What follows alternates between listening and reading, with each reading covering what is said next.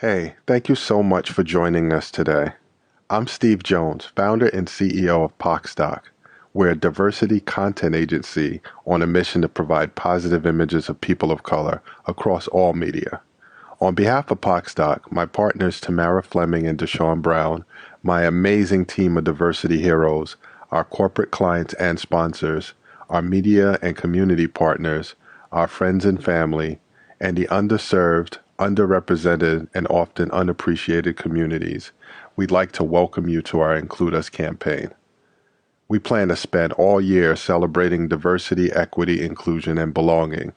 If you're passionate about people of color, women, LGBT, veterans, people with disabilities, we want to join forces with you. We have plenty of amazing content coming up this year, so please stay tuned. Now, why are we here today? 2020 showed the world how vulnerable Black Americans are, from the health and economic disparities to the systemic racism and police brutality. While last year was an emotional roller coaster, it did create the opportunity for some much needed conversations about racial equity, which is exactly why we wanted to convene today's panel. We want to have a real, open, and honest conversation about our future. We want to discuss what's next. What do we want from the new administration? And what do we need from each other? I hope you enjoy it. Please make sure to share your thoughts and comments and questions in the chat section on the page. Thanks again.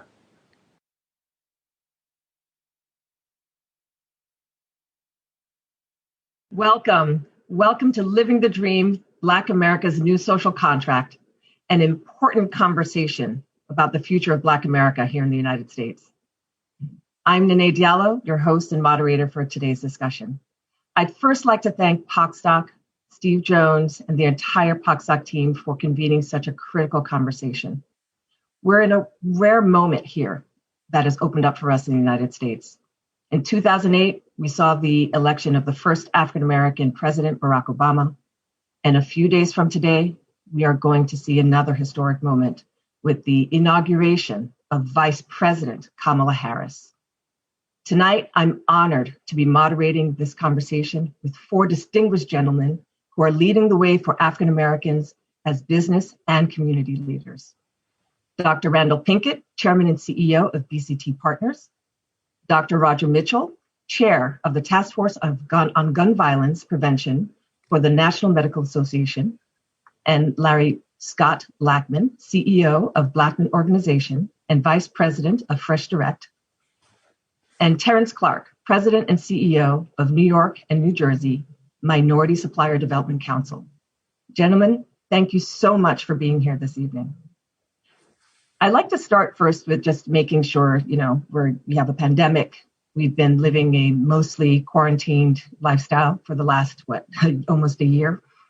And it has been, as Steve has said, a very emotional roller coaster ride for the African American community. How are you feeling today? And when we talk about living the dream, has that dream changed and altered, today than it was maybe, 5 to 10 years ago? I'll have Dr. Randal Pinkett start. Well, thank you to pocstock, to Steve. Thank you to the panelists. Neneh, thank you for your moderation. It has been a difficult year. And I made the mistake at the end of 2020 of saying it can only get better in 2021. And it took about 5 or 6 days for me to be proven wrong. So in many ways, I am redoubling my efforts around what I need to be thinking about and what I need to be doing to ensure that we're not leaving our brothers and our sisters behind. I think of the metaphor of a deteriorating bridge with those who have on one side and those who have not on the other side, and that bridge is crumbling. And it's largely a social and economic divide, but there's other dimensions upon which our society is divided, to be very clear.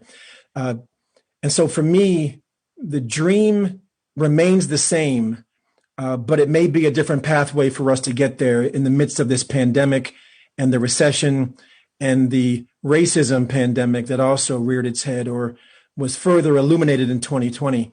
But for me, it remains economic justice as being the ultimate vision for that dream, and intergenerational wealth, to be more specific, around that dream. And I'll just say this as we pass it to others, that as we gather on this Dr. King holiday, I mean, many people talk about the Poor People's Campaign as one of Dr. King's last visions for the dream, but Dr. King was very clear about his aspirations for wealth as well. And I'll read this quote from Dr. King's last book, Where Do We Go From Here, Chaos or Community? The book he wrote just before his assassination.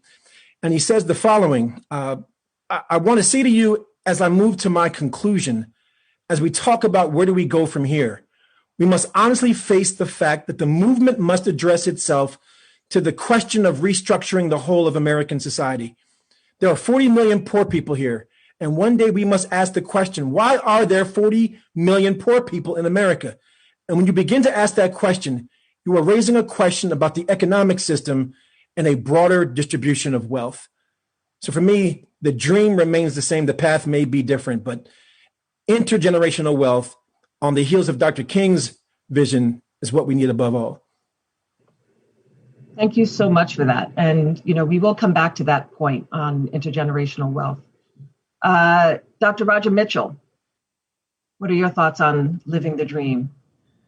Good evening, everyone. It's just such a pleasure to be here. Shout out to pocstock and Steve, all the panelists. Neneh, thank you for convening us here and allowing us to have a good conversation.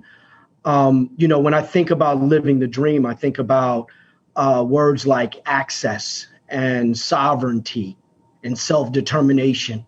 I think about community action and family and health and wealth. And I think about proper shelter and housing. I most of all think about righteousness and freedom. And I think about freedom. I think about freedom. I think about freedom.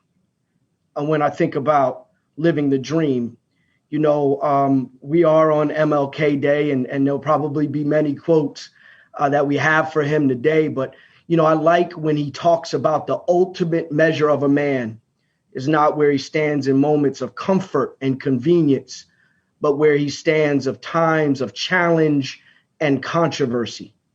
Today, we are in times of challenge and controversy. Today, we've seen the death of our grandfathers and our grandmothers due to the COVID-19 pandemic, our loved ones, our cousins. We've seen the deaths at the hands of law enforcement, more visible than we've probably ever seen it before. Neneh, your name sparks an emotion with me because I started my work as a physician and forensic pathologist wanting to understand deaths in custody. And it was Hbcu Diallo that died when I was 23 years old, and he was 23 as well.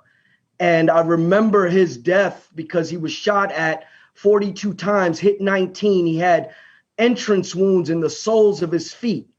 And now 23 years later, I find myself 46 years old, the same age as George Floyd, with a knee on his neck. And so there's so much that we have to do to actualize the dream. But the positive note is that we are the dream of our ancestors. We are the fulfilled dream of our ancestors. And yet our grandchildren and our grandchildren's children will be the dreams of ours. So we still have a lot of work to do. I'm excited to be part of this conversation, unpacking this new social construct and contract that we have with this country, and excited to be a part of developing the solutions. So thank you so much. Look forward to it. Thank you so much. I mean, you just laid out so much. I don't know that we're going to be able to have a whole hour to cover everything that you just unpacked there. Hbcu Diallo touches something in my heart. I'm from New York, born and raised. And when that happened, I lived in Queens. Let's keep this moving or we will run out of time real quick. Larry, your thoughts, please. Thank you, Neneh, and hello to everyone. Thank you for having me. I am truly honored to be here. And for me, this holiday, Dr. King had a personal impact on my life, saved my life. I wasn't always a gentleman wearing a tie, sitting, with the best attire on, being articulate. In high school, I got into a little bit of trouble and I was going to be expelled. And my grandmother came up to the school and the advisor came in and said, "We like this kid. There's something about him. And so instead of us expelling him, we want him to learn Dr. Martin Luther King Jr.'s Be the Best speech."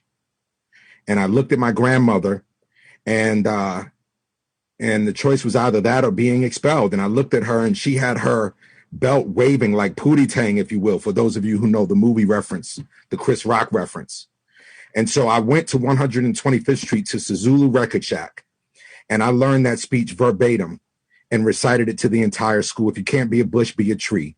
If you're going to sweep streets like Michelangelo painted pictures. And I can go down the road. So what is the embodiment of living the dream? The thing that makes Dr. Martin Luther King and many other leaders great is that leadership, true leadership, is about taking people to a place that the leaders themselves have not yet seen. That is leadership. That is a belief.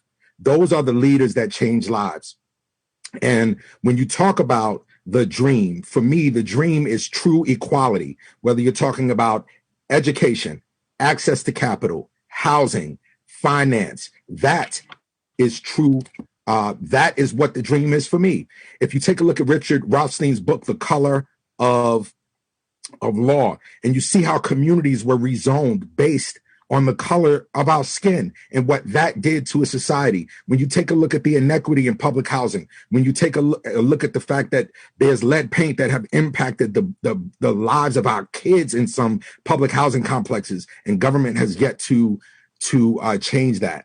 When you take a look at, as Isabel Wilkerson points out in her book Cast, how Black World War I veterans were treated as equals in France, but the moment they came back to the United States, they were treated inequitably. Or when you take a look at communities that were established as a result of the great manufacturing boom of the 40s and 50s with the big three and automakers, how people of color were not able to gain homes and have access to homes near those plants, how they had to carpool and sometimes get 6, 7 stacked up in a car just to be able to provide a meal for their families. We're still dealing with that. Only the enemy has become, well, I was about to say the enemy has become a little bit more, concealed with their methods. But now we're at a point where individuals don't even wear hoods. They storm the Capitol and let you know where they stand on issues of equality. America has to come to grips with this inequality as it relates to people of color. That is why Dr. Martin Luther King died. And that is why I'm here today. So, Neneh, I believe that the true issue as it relates to living the dream is one where we are all equal as God intended us to be. Thank you. Thank you so much, Larry. Very powerful. Terrence? Yes, good evening, Neneh. Good evening, everyone. My fellow panelists and all those in attendance. For me, it's trying to stay positive when you're surrounded with negativity. And I was, I'm born in Brooklyn, born in the East New York section of Brooklyn, grew up in the projects, seen a lot of things, done a lot of things. But, I've seen where in certain ways, as a race of people, we have progressed. But at the same time, a number of things haven't changed. So, there are more laws, we have more access to certain opportunities. But at the same point in time, as was proven on the 6th day of this month, you can't legislate somebody's mind. If I don't like you, I don't like you. And that has been proven. Go back to, the Civil Rights Act of 1964, where certain things were supposed to now become more equitable. But, I work in the finance and business development industry, where there's still issues about access, not access to capital, access to affordable capital, access to contract opportunities, being in the room when the deals are cut. Those kinds of things are still not available by and large. Same point in time, one thing that we all try to do is to work together. And I think what's going to get us past this is not depending on other people to help us, but to work together with each other and to move each other forward in the various areas of our lives here in these United States. That's what's going to move us forward. But if we're going to expect that all of a sudden people who have not liked us for 450 years are going to all of a sudden like us because there's a new president or a new administration, I don't see that happening. I wish it would, but I don't think it's going to. It hasn't. So I think, what gets me up in the morning is the fact that we all have to work together. I have a son, his early 20s, excuse me, and every time he leaves the house, I have to say a prayer, hoping he gets back home in the same way he left home. And here we are at 2021. To me, there's something materially wrong with that. And now, here we are on the celebration of Dr. King's birthday. And maybe you won't have the same thing that went on January the 6th. But throughout this country, you can't say we all have to look out for lone wolf opportunities. There was a woman that I used to work with when I was with the National Urban League. Unfortunately, her sister was one of the 9 people that was killed in the church in South Carolina. These lone wolf things, these things you don't expect. You think you're someplace where you're comfortable, and then all of a sudden something comes up. So I think, to me, the most important thing in keeping and moving the dream forward is us all looking out and working together. And we can lift each other.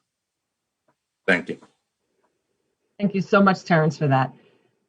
There was so much that was said here, and I want to kind of go back, maybe start with access. That was a common thread in everything that you all said.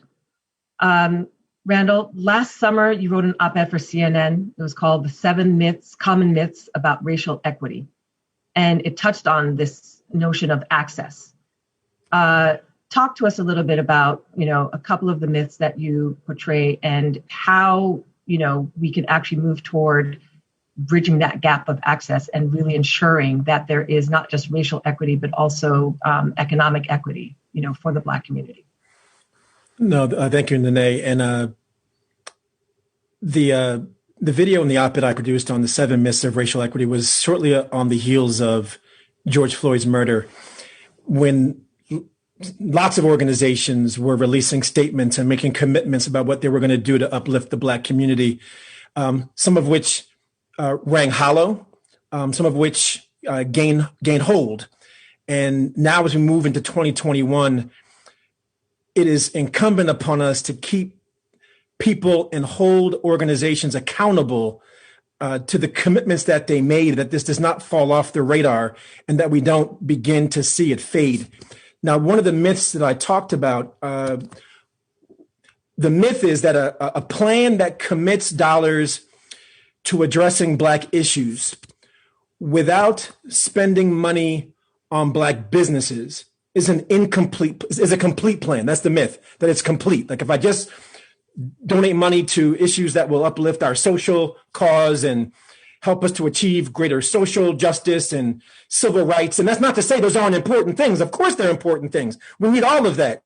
But if it's just charity and philanthropy and social programs without any economics behind it, that will address the social components, but it will ignore the economic components. And at the end of the day, nobody's out here asking people to fish for them. People want to go get their own fish. And so the economic piece is, how are we investing in our businesses? Or how are these commitments translating to dollars that are investing in our businesses? How are we building up our ability to create our own jobs? How are we instilling in the next generation the entrepreneurial mindset? Recognizing that if you ask every millionaire in America, how did you make your millions? 7 out of 10 will tell you they made their millions by owning a business. Which means the only way we mathematically, I'm an engineer, you know that, Neneh, the only way we mathematically transform the economics of our communities is by having more businesses that we own, that create more jobs that we can provide, that give families the ability to meet their needs. And especially in this pandemic, when we have shattered some of the fundamental guiding principles of how our economy functions, and we have people falling through the economic net now more than ever before, that economic piece has risen, in my opinion, to being of paramount importance.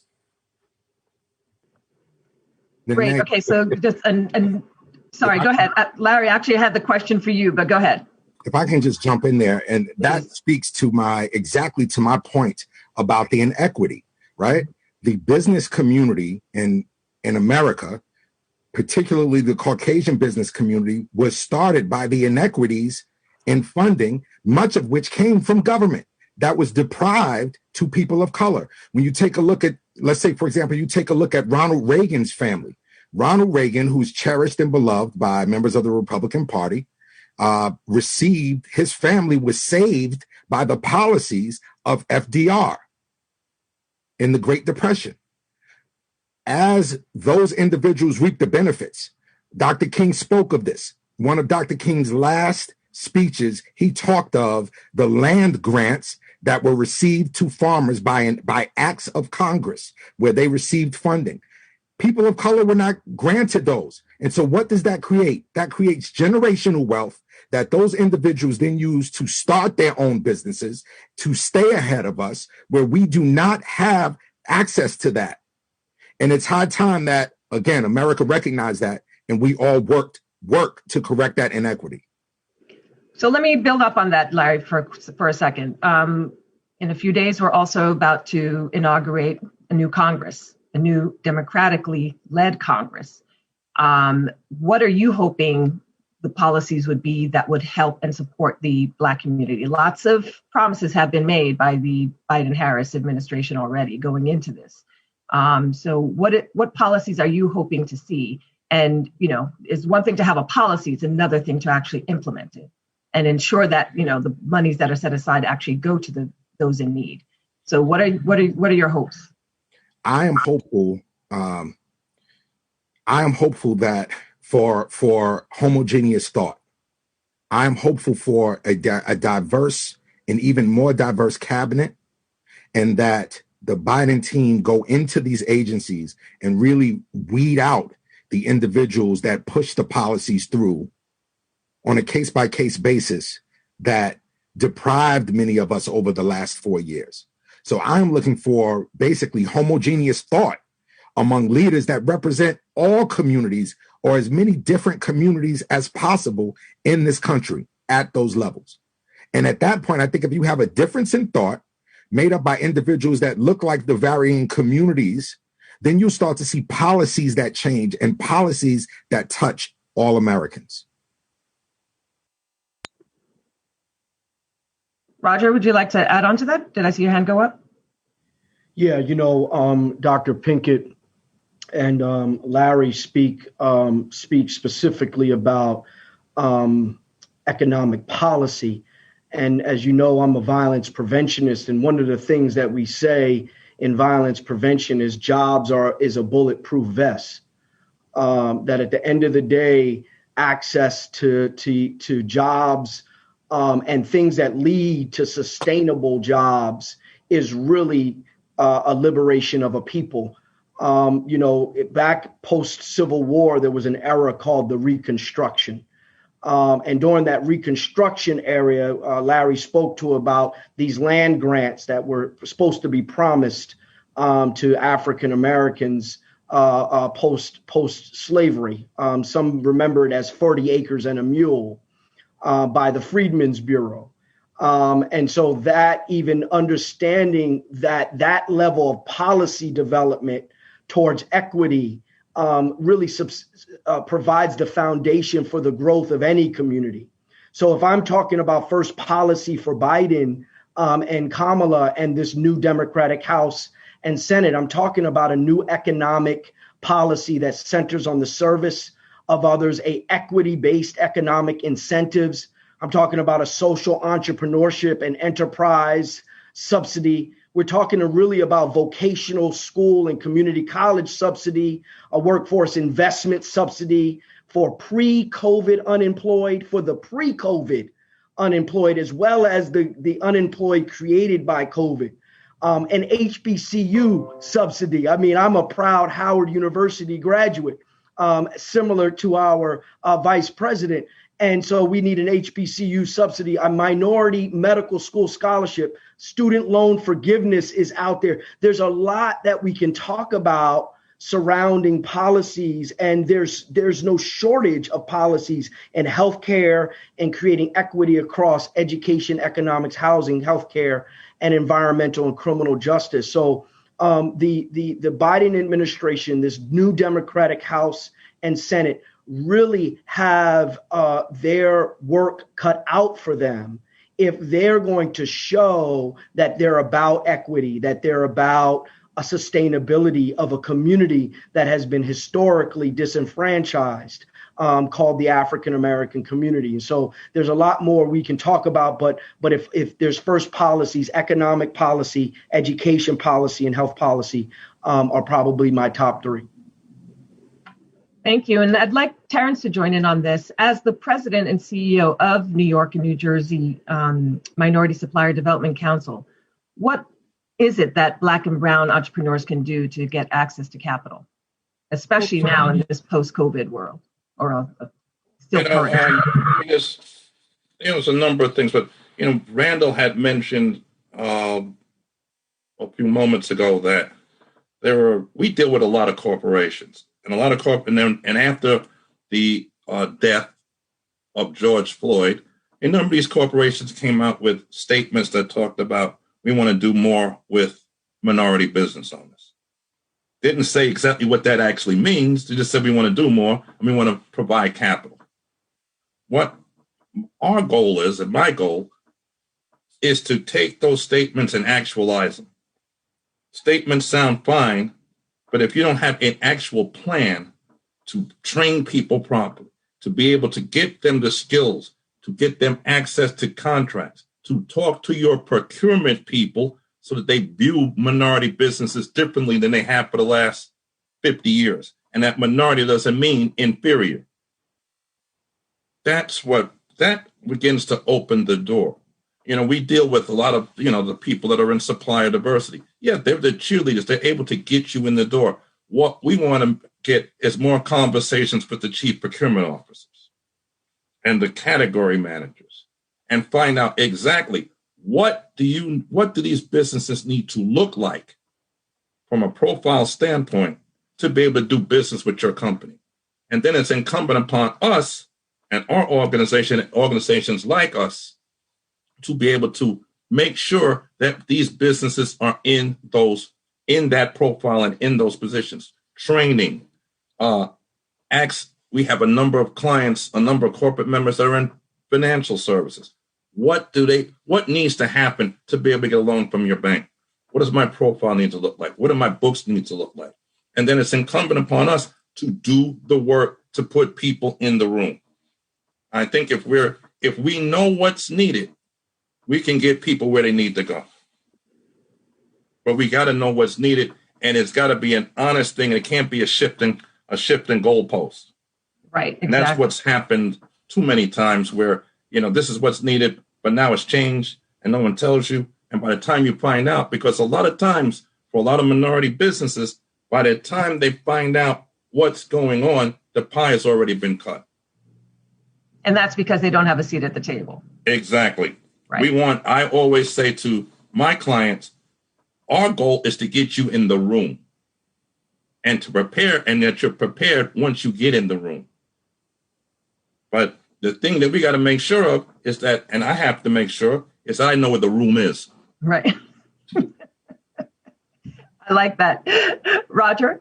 Yeah, I wanted to give our viewers, to tack on to the good brother, there's an organization that I'm part of called the Opportunities Industrialization Centers of America, or OIC. Started 56 years ago by Reverend Leon Sullivan. It's run now by James Haynes out of Philadelphia. OIC. That's an organization who has 22 U.S. states, 38 affiliated centers, and their whole goal is to connect individuals with vocations and connect them with jobs. OIC of America, they primarily are focusing now on returning citizens, but they are finding individuals in our community jobs and providing training. So these are organizations that we need to be involved in, we need to support if we're going to really move forward economically. Thank you so much for that information. And hopefully we can add that into the chat, or maybe pocstock can share that information so that our audience does get that. A few of you have spoken about, we've got Congress who, sets the policies, we've got people like, Terrence who, can help some of the Black and brown entrepreneurs. But what can we do as a collective community? Randal, what is BCT doing to help and support, Black and brown entrepreneurs? What can we do at our level? And I'd like to ask, open that up as well to, to Larry with FreshDirect, et cetera. But go ahead, Randal. Oh, well, there's a lot we can do. And let me say, I'm proud to say that we celebrated our 20th anniversary at BCT Partners last year. So we're 21 years and going. And last year we made the Black Enterprise 100 of the largest Black-owned businesses in America. We hit it at 92. And we're climbing, Terrence. We're climbing. But to that point, and we've been having a lot of conversations as we hit that 20-year mark about what kind of legacy do we want to leave. I'm kind of at that crossroads of my career where I'm starting to think about what I want to leave behind as opposed to what it is I'm trying to get.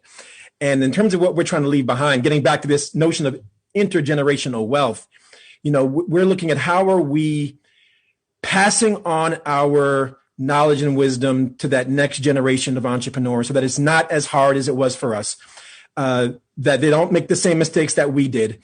And more specifically, when I think about the barriers that exist structurally, again, the part of the rightful conversation post George Floyd has been that racism exists on these four levels, right? Personal, our beliefs; interpersonal, our behaviors; institutional, the cultures of our institutions; and then systemically or structurally across multiple institutions. When you're coming up, you don't even realize that there are structures oftentimes that are working against you. I see Dr. Mitchell shaking his head. And so it's our job when we get to these spaces and places in our careers that we're dismantling those structures so that the next generation, it doesn't even exist for them. So, so like in New Jersey, I'm at the forefront right now of petitioning Governor Murphy. And as he's entering into an election year, saying, you've sat on the opportunity to create a set-aside program for minorities and women for 3 years now. And I've had enough, and so I'm writing an op-ed. It'll be released tomorrow. I did a panel earlier today to put him on blast. And the conversation will continue about that and other things we're doing at BCT to get the systemic components such that we're restructuring society in a way that makes it easier for future generations. That one of my favorite quotes is that our greatest responsibility is to be good ancestors. And so we're trying to be good ancestors at BCT, in addition to all the work we're doing around diversity, equity, and inclusion. I mean, if nobody felt that passion, you definitely heard it from Randal, and I appreciate that. One of the things that I'm constantly telling, some of the youth, my son, he's 23, is to say, we can't sit by and complain on the sidelines. If you don't like something, we have to be part of the process. We have to be part of the system that we're trying to change. We cannot do that on the sidelines and then complain. So you don't like your school system, join the PTA, join your school board. You don't like, the roads, write your letters. We all know who our senators are, who our congressmen are, who our representatives are. They listen to us. If if this past election cycle didn't teach anybody anything, go be in Georgia and go be one of the citizens of that beautiful state, and they will learn that the Black vote does count, and you have to listen to us now. So I want to also give, Larry, if you had something that you wanted to add on to what Randal was saying, how can we as businesses, how can businesses actually take part in building this legacy for the future of Black America? Absolutely, and thank you for the question. I have sort of a musical tie and connection, and my favorite musical artist of all time, number one, hands down, is James Brown, followed by Prince, who's 1A, if you will. And if there's a letter in between nothing and A, Prince would be that. He's that close to James Brown for me. James Brown had a song, one of my favorite songs, is entitled I don't want nobody to give me nothing. Open the door, I get it myself. That was one of James Brown's biggest hits. And in that record, he has a line that says, when some of us make money, we forget about our people. And so I'm going to put on my FreshDirect hat, right? So at FreshDirect, I felt it was a model of what we can do, that when all of us are at a point where we can influence decision makers, whether they be procurement managers or whether they be merchants or buyers, I think it is incumbent upon us, those of us who are in the room, to push products. And I'll give you a few examples of that. I learned of some great products during my time at FreshDirect. The Harlem Brewing Company. I was able to meet the founder and CEO, and we brought her in, and I pushed and prodded to get her on the site. And she got on the site, and the sales took off. There's some other products I can tell you. One, there's a wine that I found recently is extremely popular with Black women. And we were able to bring them in, found out about it. And there was an employee who said, you guys are talking about the fact that you support Black causes and you support Black Lives Matter. Here's a product. And within 2 weeks, we had the founders of that company on a Zoom with us about bringing that product on, and many others. So what we need to do as consumers, when we go out and we find a new shop, is promote it. When we find a restaurant or we find a new product, talk about it, introduce it, share it. Those of us with means and with access, we can in fact create and support entrepreneurs in our own community just by changing our habits and the way we look at things, and look at that local entrepreneur as an opportunity for someone else to be introduced to a product that can change their lives. That's great. I love that. One of the things that I love, it's a love-hate, right? So Black History Month is upon us next month. And that's when you're going to start seeing all of this love. We buy Black, everybody's wearing, Black designer. And one thing that really strikes me is, as a community, as people, why aren't we doing that on a daily basis? I'll expect that of anybody else who's, non-Black, non-person of color to, okay, during Black History Month, I'm now going to support Black businesses or Black designers or what have you. But we as a people should be doing that every day.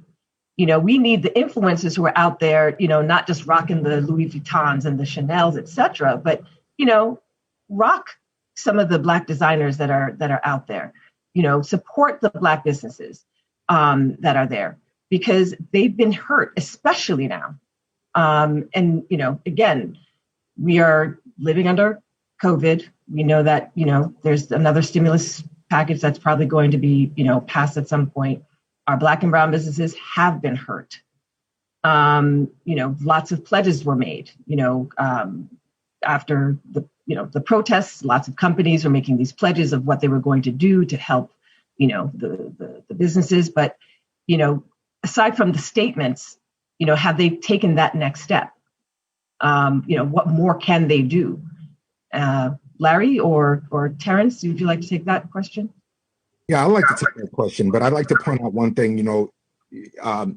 Sometimes we can be tougher on Black-owned businesses than we are on white-owned businesses in the same community.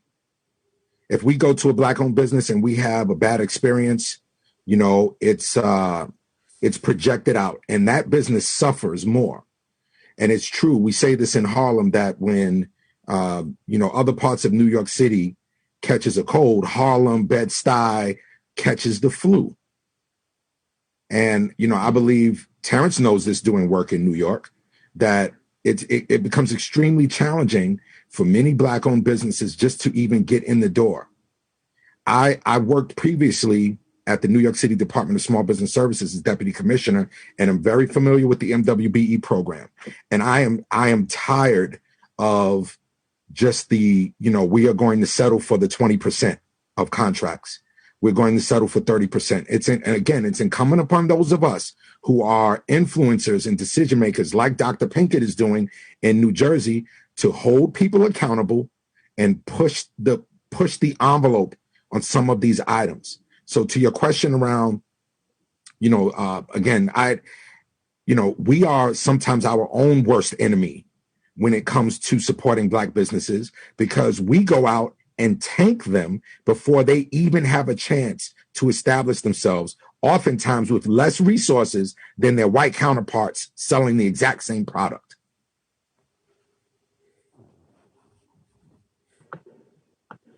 Terrence, would you like to add on to that? You know, I mean, what Larry's mentioning is very true. You know, there's an external conversation and there's an internal conversation we need to have with each other. And the internal conversation we need to have with each other is we need to boost each other up, not tear each other down. We need to work together. If we can find something that two businesses or three businesses can do together. There was a song years ago called 10% of something beats 100% of nothing. I'm kind of dating myself, but there was that song. And the thing is if you can find somebody who has skills that you don't have, and you can come together and you can trust each other, you can make some money. And that's the conversation we need to have with each other. You know, we've always been, as Larry mentioned, you know, the 20%, the 30%. In New Jersey, I think it's 15%. And more times than none, these things are never really achieved. They're achieved by three companies that get a huge contract, and everybody else is kind of left in the dark. What we've got to do is say, if this economy has a $60 billion, New York City, for instance, has a $30 billion procurement budget, and we have 40% of the population, and we have 30% of the businesses, how come we're only getting 5% of the business that comes out of the city? The reason is, number one, you still have people in these procurement areas that look at, I've done business with such and such for the last 30 years, and I'm not changing. I don't care what the law says. I'll figure out a way to work around it. What we got to do is start holding people accountable when they don't do that. Same point in time, we got to come with masses. We can't come ones and twos. We got to come 10s, 20s, 30s, or 100s. And when people see that you're serious and everybody's talking about the same thing, that's when things begin to change. But if we don't do that and we accept what currently exists, you know, you get what currently exists. And I think, you know, one of the things that our organization tries to do, and I try to do, is to speak up for all of our clients and to make sure that our clients know what's going on, to make sure that they know that we act as their advocate. And we just need more advocates, and we need more people who are going to speak positively on behalf of these clients and not accept what the current situations are. Let me summarize what you just said, Terrence. You said, no matter where you say it, you know it will be heard.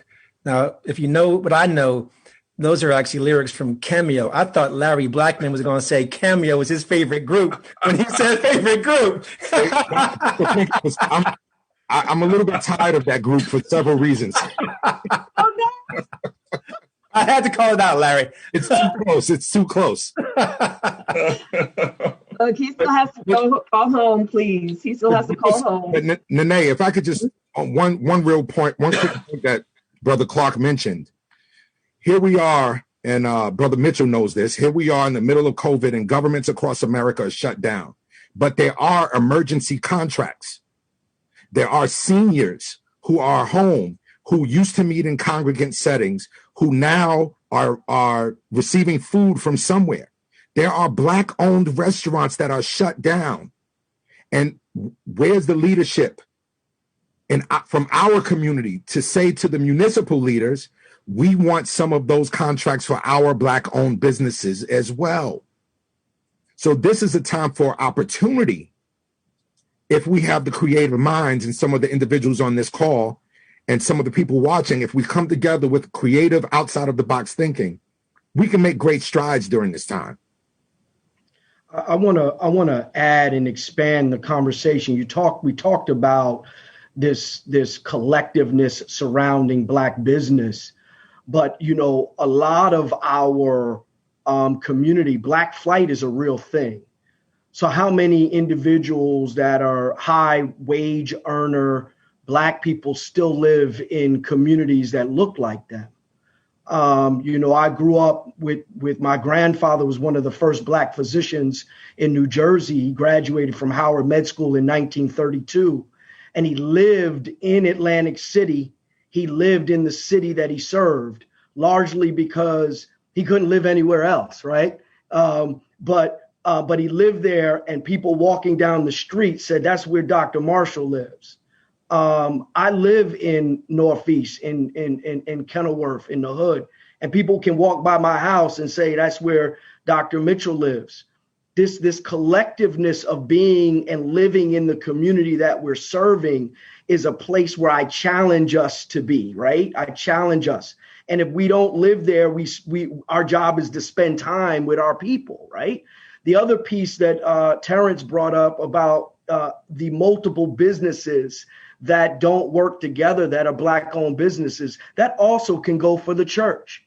I don't know about you, but there's not a block I drive by in Black communities where there's not a church on every block, but are not willing to collaborate for the peace and the faith and the righteousness for their people and for our people. And I can speak critically. I'm an ordained minister.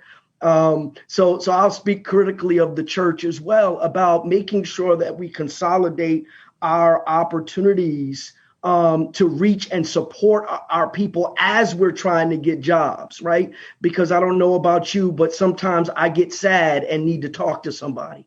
And so that goes to the healthcare piece and how important it is for us to have advocates in healthcare, right? As the National Medical Association that I sit on the House of Delegates as their secretary, it's important for us to advocate in these areas of disparity within healthcare delivery, but not only healthcare delivery, but how many of our Black professors are getting tenure, right? Because many of you may have gone to college and may have gone to school and are being taught by people that don't look like you, because individuals that look like us aren't able to get tenure, aren't able to get professorship, aren't getting research dollars in academia. So there's such a broad swath of equity that we need to be pushing for. And all of us have to be advocates, no matter where we sit on the spectrum, no matter what our profession is, no matter what our areas of interest are.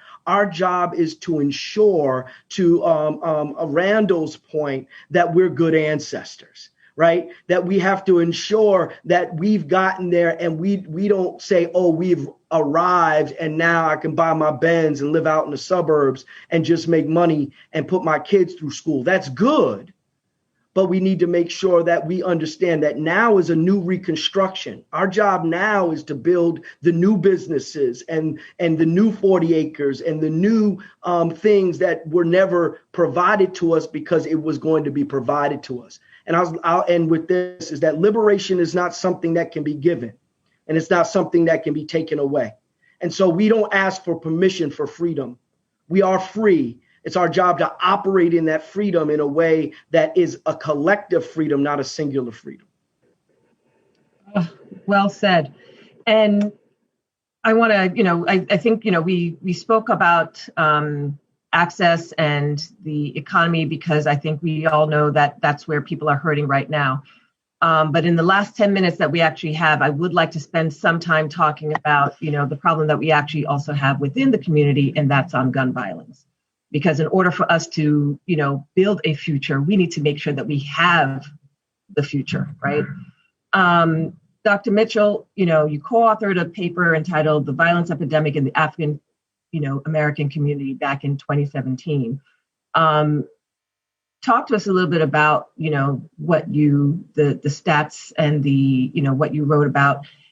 Is there correlation? Do you see any correlation between what's happening now with the uptick in gun violence and maybe the, COVID pandemic?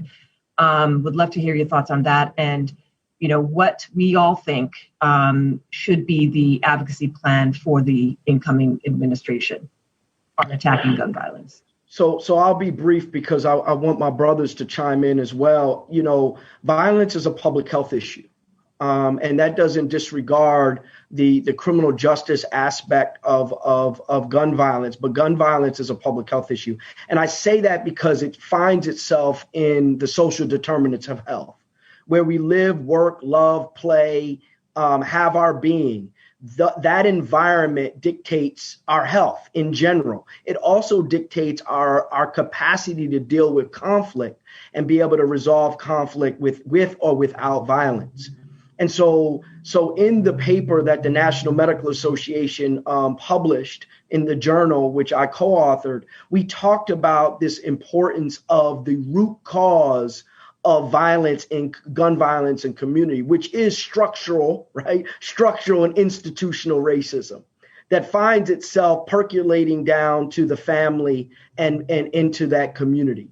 And so that's these high, lofty constructs. So what is it that can solve this issue? At the end of the day, we know that the research says that consistent, caring adults decrease violence among adolescents. And so I'm part of a program called Mentorship in Medicine and Young Doctors DC. And some of you probably on this webcast, as well as the brothers on this panel, and as well as you, Neneh, probably mentor individuals on a regular basis. And so mentorship is critically important, consistent, caring adults, but not just consistent, caring adults. At the end of the day, we have a violence interruption project here in the city. And part of that project is engaging individuals and asking them individually what they need, right? And ensuring that we have a trauma-informed a care that leads to a way out of gun culture, which includes economy and housing, right? Stable housing, stable jobs, and dealing with the mental health issues of being raised in a family or a culture of violence. Let me put it this way. My dad was crack cocaine addicted my whole family, my whole childhood. I sat in the back of his Chrysler Cordoba and watched him freebase coke in the front seat.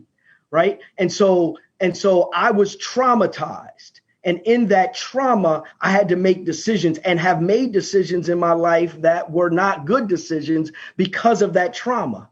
But at the end of the day, when I was allowed to unpack that trauma, when I was actually allowed to see that I wasn't the one who did it, it was done to me, then I was able to make a change in my life. And so I don't know about you. I don't know about what your trauma is. I don't know when you were dropped, when you were little, what the bump is on your head. But the end of the day is that we need to be healed from the things that have come out of the poverty and disenfranchisement of our community. And so this construct of violence prevention in the communities of color is that concept of healing, but it's also a real concept of controlling access of guns in our community. Hey, Southeast DC, they don't make guns. Let me explain, but the guns we know are coming in from Virginia, Florida, and Alabama. So the question is, how strong are the gun policies that close the gun show loopholes that ensure that illegal guns aren't getting into our communities like Newark and Camden and New York and DC and Chicago, right? And so we have to have an appetite. You talk about keeping people, making people accountable. We need to make sure that we have gun laws that are reminiscent and clear on who we want to be as a country. And then I'll end here. We have an opportunity now more than ever, because we can call out racism, because racism is so clear for everyone to see. We have an opportunity now to work inside our community while we advocate on the outside of our community, so that we can make change within our community while we put pressure on those that try to seek to change our sovereignty. We are sovereign, and we are connected to this land for hundreds and hundreds of years. And so our freedom is ours. And so now we just have to remember who we are. And we remember that through righteousness. Wow. That was wonderful. Like I said, I wish we had probably a whole day. Pocstock, FYI, we probably need a whole forum just to talk about this. I know I want to be cognizant of the time. We have 5 more minutes before we actually, turn it over to the audience for Q&A. Wanted to get any last word just to piggyback off of what Roger said. Larry, do you have anything to add to that? Would you like to add something to that? Sure, quickly. And I want to thank Pocstock and everyone. I apologize. I have another commitment at 7. I want to thank you for being here. And what I'll say is that the unfortunate pandemic that we are in has ripped the scab off of wounds in our community, one of which being the economic inequality that Dr. Pinkett spoke of earlier, which then, in my opinion, leads to an uptick in crime, which you've seen in places like New York City, where I live. And what we were able to do, we held a meeting with our mayor here in New York City, and I personally pleaded with him that in areas of increased crime, what we needed to see was a targeted approach from city government where you had an avalanche of resources going to that community. So whether it was workforce development opportunities, education opportunities, Division of Youth and Community Development, local hiring, when they came out, what you're seeing now is there were some individuals that didn't have anything to do. We galvanized everyone, churches, the clergy, community leaders. We held block parties and days for our kids in those zones to let the community know that these areas are going to be active with positive reinforcement and positive activity backed up by government. And it worked. It worked. So I think that's what we need to see. We definitely need to see a targeted SWAT-like approach from government and private partners. Government cannot solve all of the problems. You cannot solve problems by just writing a check and saying, here's your check for the month, and think that that's going to do it. You need to have private-public partnerships, also with community leaders and other people that individuals know. That tandem, I believe, works. And with that, I would like to say thank you. Thank you so much. And so if I've taken away, if there's a call to action, and it's, for we in the Black community, since this is our Black social contract, it's that we must come together as a community, a collective. Stop the Black flight. I love what you said, Roger, about, if we're going to leave our communities, then let's not leave them behind. Go back or stay in the community and mentor. Give back to the community, give back to the school, build up your community as you want to see, as you would like to see it built up to, and then mentorship. Given that it is the holiday of the late Reverend Dr. Martin Luther King Jr., wanted to make sure that we also leave on a high note before we turn to the Q&A. It's not all bad news. There are good things, but I want to make sure that we also leave our audience with inspiration. So if there is a quote from the late Dr. Reverend Martin Luther King Jr. that you like, or some other hero, please do share. And I'll start with Randal. So I'll give you a King quote and then a closing quote. Dr. King's, again, from Where Do We Go From Here? Chaos or Community. He gets deep here. I'm gonna give a one-liner to summarize it. He says, "I'm not talking about communism. What I'm talking about is far beyond communism. What I'm saying to you this morning is communism forgets that life is individual.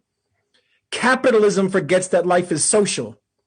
And the kingdom of brotherhood is found neither in the thesis of communism nor the antithesis of capitalism, but in a higher synthesis. It is found in a higher synthesis that combines the truths of both." What is he saying? He's saying that we don't build wealth for the sake of building wealth. We build wealth for the sake of the opportunities and the doors that it can open for others, for the community. And that when we get to these places where we're in decision-making and authority, and the list goes on, that we don't forget where we came from, we don't forget who we are, and we don't forget that the reason why we're there in the first place is because somebody sacrificed for us to be there. And so my closing quote is this, that we are not meant to see through each other, but to see each other through. I love that. Terrence? Okay, I have two quotes. One's from Dr. King, and they're short, and it's basically, "Our lives begin to end the day we become silent about things that matter." And then the second quote is from Nelson Mandela, and that is, "When people are determined, they can overcome anything." We're determined. Let's work.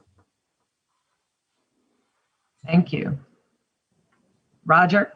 It's so good. MLK did a interview, a taped interview with ABC, I believe, right before he died. And they were talking to him about just these topics in general. And he says, it's all right to tell a man to lift himself up by his own bootstraps, but it's a cruel jest to say that to a bootless man, that he ought to lift himself by his own bootstraps.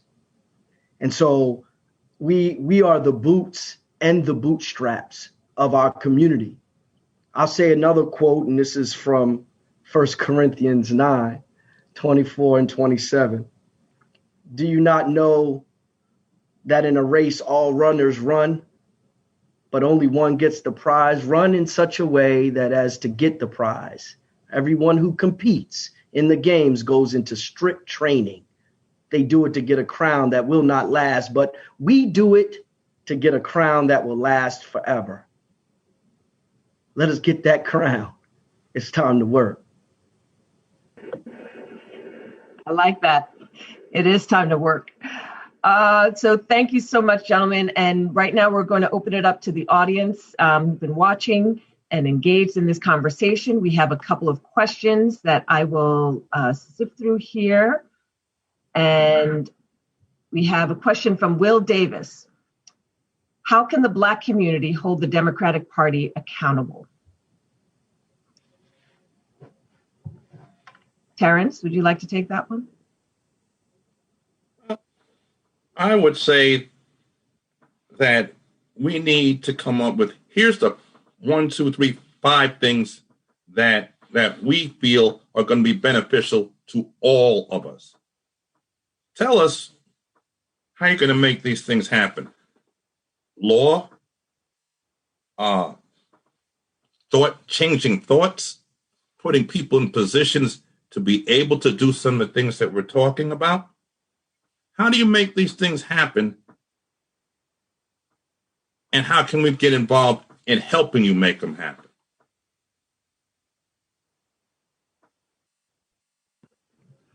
Because I think what happens a lot of times is, whether it's the Democratic Party, the Republican Party, we become very, we sent them to Washington or to the state capitol, and this is what they should do. I think somewhere there's a disconnect. So I think if they work closer with us on the things that need to get done, we can help guide them to get these things done. Partnership. Right, back to that point of partnership and having that seat at the table and bringing in the Black community to the table when they're coming up with these policies. Totally agree with that. Randal, this question is for you. How can we better persuade our Black and brown businesses about the importance of financial literacy? Our community, sorry, not our Black and brown businesses, but our Black and brown communities. Let me begin by saying part of that is us being the change that we want to see. It is changing the culture of the kinds of conversations that we have in our homes. I'm going to tell you what one of my Christmas gifts from my children was. Stocks. That's what I got them for Christmas. And gratefully, they were excited. They were like, you got us stocks. I'm like, yeah, I got you stocks. And we're going to put that money in the market and make it work. And even if you lose it, I really don't care. Because what I want you to do is I want you to get in the habit of investing. And, you know, study after study has shown that the number one predictor of whether you will own a business is not your income, education, race, ethnicity, or gender. It's whether your parents owned a business. Now, get under the psychological hood on that. What's that saying? It's saying that if you see somebody who owns, see somebody who controls their destiny, it normalizes it and actually makes it more likely that you'll pursue that path. So I think the way we do it is we got to start young. We got to encourage our kids to start that newsstand, sell that lemonade, shovel that snow for $5. Although nowadays they charge them $50. I'm like, you kidding me? $50? I'm not mad at you. Get your hustle on. Start them young in practicing what it means to manage and touch money. Show them the principles of financial literacy, which is spending less than you earn, sacrificing today for tomorrow. I mean, basic principles, get them bank accounts. And then lastly, it is really around how do we expose them to individuals and people that can role model and give them examples of what it means to be in business and in finance and in all these. So expose them to, I mean, there's lots of great role models in our community. Let's just throw in the folk that got the money and the business people and the professionals that they can see. You know, if you want to be something, you got to see something. Totally agree with that. And I was actually going to just for a second build on that for a second, you know, to you and maybe to the gentleman on the panel here is that, you know, we're asking maybe parents to do that with their children, but if the parents don't have that financial literacy, then it's hard for them to teach their children that, right? Because they're so focused on, you know, their jobs, or to be real, not everybody has that financial literacy brain. Mm-hmm. And so my question then to you all is, what can you do to help the community? You know, do you have programs, do your businesses have programs where you're going into the community to teach financial literacy to them, to those who may not know? Go ahead, Terrence. I'll take. We have a set of programs that teach not only financial literacy, but business management skills. And now, you know, with COVID-19, they're all virtual. So people don't have to leave their place of business and don't have to leave home. They have to travel anywhere. You know, what we need to do, our organization, is to advertise these on a much larger and wider scale so people know that they exist. And also people also know why they are important things to know. So, you know, if there's one thing that we as an organization are going to do more of, and that is to get the word out further to more people so they know that these things exist. And by the way, virtually all of our programs are free. So it's not even putting somebody in a financial trick bag to have to pay for this. It's free, it's good information, it's from various different types of professionals in various disciplines. And it's the kind of things you need to know to be able to increase your financial literacy skills, your entrepreneurship skills, because as Randal mentioned, most of us of color did not grow up around the table when we were growing up with somebody who had a business. And I'll give you an example from my own background of people who did. I used to be the executive director of the 47th Street Business Improvement District in New York, which is the Diamond District. And these are multi-generational businesses. These folks grew up with business basically from the time they were able to speak. So all they ever heard about was business, business, business.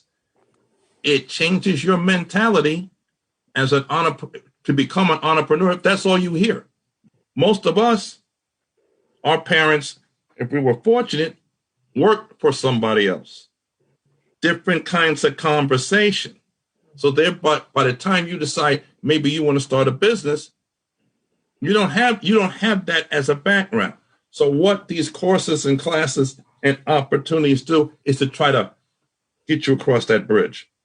And real quick, that's I think is extremely important. Yeah, check out mydfree.org as well. Free classes, free movement by Pastor DeForest Stories. That's in churches and communities across the country. mydfree.org.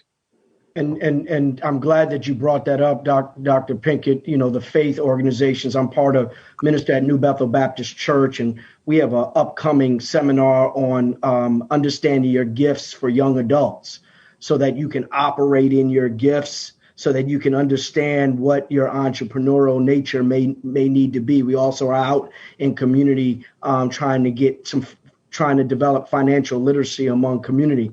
I'm also we work with returning citizens, and I'm gonna tap Terrence and Randal because I got brothers that are coming out, and we're trying to connect them with opportunities to understand their money. I work with a good brother out of Experian who's developing a new program. So this concept of entrepreneurship. What did they say, Randal? I think 7 streams of income you need to have at least to be successful. So I got a couple businesses as well. And my son just started a little watch modeling business on Instagram. Boy, he's 18 years old. The boy is hype right now. So these are the types of things to the points being made that you got to have these conversations in your homes as well. So, to that point, again, not everybody is entrepreneurial. We obviously have different areas in life where we need people, employed for our businesses to work, right? So if everybody's an entrepreneur, then who's there helping us run our businesses? But one of the things that, I'm constantly telling my kids, they range from 9 years old to 23, is that in this day and age of social media, everybody is there's something where you're able to monetize it. And so find a way to monetize it, monetize your passion. You love watching football. Hey, start a podcast, get on YouTube, you and a couple of your buddies and, start, talking about the game or, making predictions or what have you. And if you grow your following, somebody's going to want to pay you maybe to be on your platform. But it's lost on them. They're just not in that headspace. So as much as I try to, Randal, thank you for the idea. I might actually gift my 13-year-old some stocks, and she's going to look at me like, are you crazy? Like, what am I going to do with that? I can't touch it. I can't go to the mall and buy anything, but I will try that because I definitely am a firm believer that if we don't teach our children about money and financial literacy at that young age of 9 years old and 13 years old, that we're just setting them up to, continue the cycle that, has been, at least that I grew up in. I wish I had the money brain, but I don't. But, I'm learning. Never late than never. Better late than never. All right. So question for Randal. Having worked, this is coming from Tonier Moshier, and I'm sorry, hopefully I'm not messing up the name, Tonier. Randal Pinkett, having worked with Donald Trump directly, could you have predicted his current behavior and the potential demise of our government? You knew that question was coming. Yeah. I've never gotten that question before, right? First of all, shout to my business partner, Lawrence Hibbert. His son started his own company, Lace It Customs. He does artwork on sneakers and is doing quite well, to your point earlier, Neneh. And to the example that Roger and Terrence gave. To the question of could I have predicted this? The answer is yes, but not to the extreme that it has manifested. When So for those watching that don't know my history, I won season 4 of The Apprentice. I worked for Donald for a year thereafter. So I saw him at close range. And when he announced his candidacy for the presidency 4 years ago, I held a press conference along with other Apprentice candidates, Kwame Jackson, Tara Dowdell, Marshawn Evans. And we tried to warn America in that press conference on YouTube, and so is my 7 Myths of Racial Equity. We tried to warn America, but our megaphone wasn't big enough. You know, but you look back at what we said. We said he's dangerous, he's petulant, he's hypersensitive, he's divisive. Does that sound familiar? And so, yes, I predicted that Donald would be a disaster. But if you had told me that the Capitol would have been stormed days before the inauguration of whoever beat him, that I didn't see that coming. And that's even knowing what we all knew about Donald's proclivity for taking divisive issues and making them that much more divisive. So so part of me says, shame on Donald for who he is, for what he's done, for the rhetoric that he's spewed. But the other part of me says, shame on America, because Donald does not exist if we don't allow him to exist. And we are challenging the values of our democracy as being tested as we speak. Yeah. You know, I used to watch the news, and thank you for your honesty, Brandon. I used to watch the news religiously every morning. And, you know, we're talking about, 5 years ago when he was just running, right? Candidate Donald Trump. And if there's one thing I will say, you can say everything you want about him, but there's one thing that you have to give the man is he is a brilliant marketer, because he has managed to dominate the news. He is in control of the narrative every day. I mean, I think that his name, and I was hoping we wouldn't have had to bring it up tonight, but every single day for the last 5 years, we've talked about him. Mm-hmm. He has managed to be a household name in more ways than one. And what I'm praying for is that once we turn the corner on January 20th, and I mean, I've turned the corner, mm-hmm. but when we as a nation turn the corner on January 20th, the hope is that we never have to hear or speak his name again. And so this is the word and advice to the media who like to criticize and, every morning everybody's, having a heart attack about what he said. Don't give him that megaphone. Don't give him the platform, because whether he's speaking it or not, somebody else is talking about him. It's giving him what he wants. Right now, the next 4 years is about ensuring that we get President Biden and Vice President Kamala Harris the megaphone they need to reach the communities they need to tackle COVID-19, get our economy back and running, reset America as the leader that they used to be in the world, and regain their respect, and allow them to just do their jobs for America and the rest of the world. So yes. All right, we have another question from Veronica Crawford. How can we as Black Americans, and specifically in New Jersey, help your efforts? So this is a time for, you all with your businesses to please share with others, our audience, where they can reach you, what you're working on, and, how they can support. Can I just, I want to jump in on the last issue.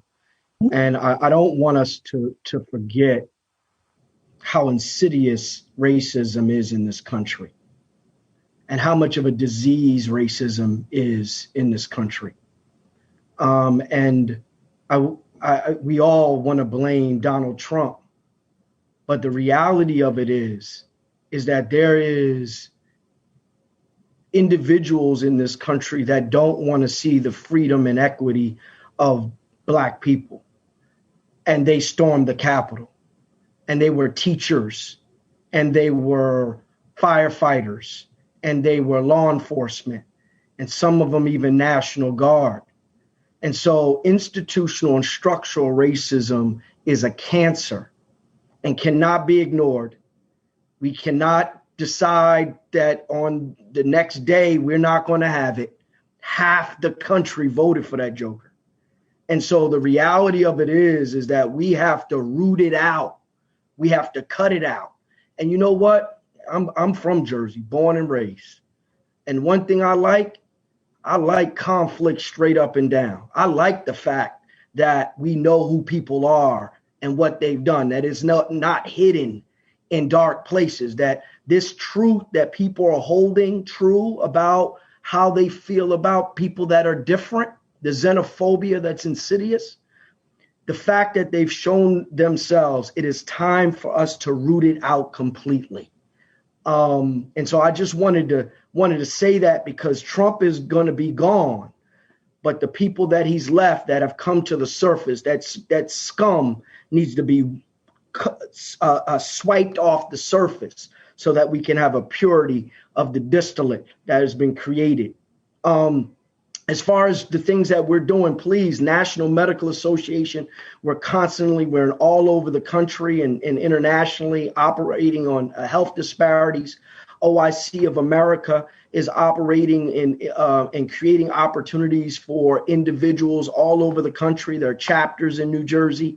Hip Hop Caucus, which I sit on the board of, Reverend Lennox Yearwood, who's the president of that. We're doing environmental and climate change advocacy all over the country and the world. Young Doctors DC, mentoring in medicine. Please support these organizations. And then I'm a minister at New Bethel Baptist Church, where we're just trying to bring the message of righteousness to the people. So in New Jersey, because we're virtual, you can help in any way that you feel fit. And I know that there's a way that pocstock can get you in contact with me personally so that we can do the work surrounding violence prevention. Thank you. Randy, how can people hear from you and support you? Yeah. I mean, I'm on all social media platforms at Randal Pinkett with 1 L. I mentioned earlier my 7 Myths of Racial Equity. You can find that on YouTube. My company is bctpartners.com. You can learn more about what we're doing, follow our blogs, our updates. We're doing a ton of work around diversity, equity, and inclusion in the post-George Floyd era. So for folks looking for assistance or insights in that regard, feel free to reach out to us. And if you go to my website, randalpinkett.com, you can find all of my books, my speaking calendar, all the things that I'm up to personally, professionally, and beyond. So get in where you want to fit in. Great, thank you. Terrence? Okay, thank you. Our company, you can certainly look us up. Our website is www.nynjmsdc.org. We are one of the 23 councils of the National Minority Supplier Development Council. You can certainly contact me on LinkedIn. And, how can you help us? Become involved.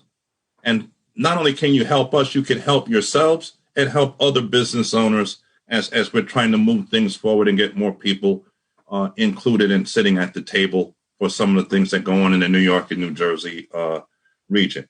But any way that I could be of assistance to you, hit me up on LinkedIn, and I'll see what I can do to help you. Thank you. And if you have an opportunity to, you mentioned some of the free trainings that you offer. You want to mention a few of them now, or we can maybe put them in the last box on? I mean, we offer how to do business with our corporate members, various things that relate to marketing management, the 3M's marketing management money. We have 2 business opportunity exchanges, which are business fairs that people can take advantage of. So if you reach out to me and you need some type of assistance to help you develop your business, or if you need assistance, you're in business and you're looking to do business at a larger level, one of the things that our organization does is that we help you as far as connecting you with some of our corporate members. We can't guarantee they'll do business with you, but what we can do is make sure they know who you are, we can follow up with them. And that hopefully that will open a door that will allow you to be able to take advantage of new business opportunities. But we are here to help. And any way that I can be of assistance to you, please let me know. Wonderful. Thank you so much.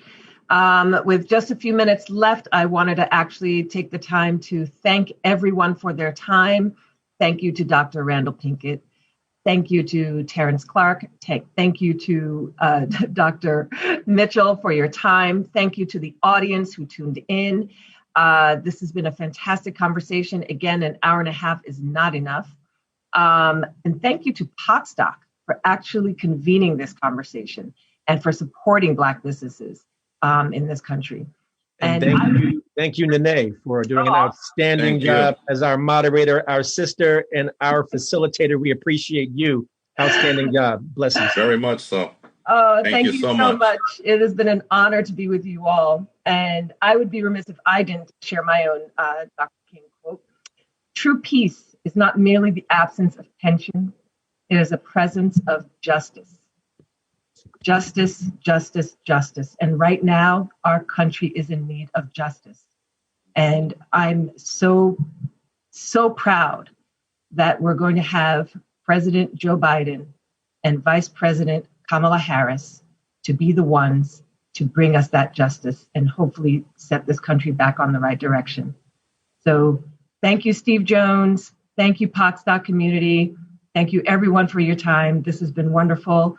I'm Neneh Diallo. You can find me on LinkedIn, Twitter, Stiletto Moms. And I thank you all for everything that you do and continue to do for Black and Brown communities and for our country at large. So thank you all. Good night.